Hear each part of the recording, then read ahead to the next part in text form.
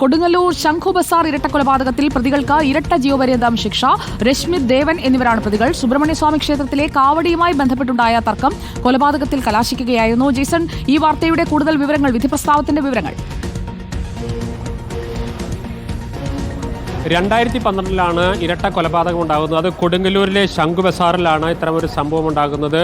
അവിടെ ശംഖു ബസാർ സുബ്രഹ്മണ്യ ക്ഷേത്രത്തിലെ കാവടി ഉത്സവവുമായി ബന്ധപ്പെട്ട് ഒരു വഴക്കുണ്ടാകുന്നു. ആ തർക്കം കൊലപാതകത്തിൽ കലാശിക്കുന്നു.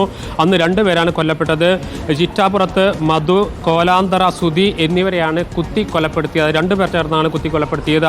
അവർക്കാണ് ഇപ്പോൾ ഇരട്ട ജീവപര്യന്തം തൃശ്ശൂർ ഫസ്റ്റ് ക്ലാസ് അഡീഷണൽ ജില്ലാ കോടതി വിധിച്ചിരിക്കുന്നത്. പ്രതികളായ രശ്മിത് ദേവൻ എന്നിവർക്ക് ഇരട്ട ജീവപര്യന്തവും 2 ലക്ഷം രൂപ പിഴയുമാണ് വിധിച്ചിരിക്കുന്നത്. സുജിയ.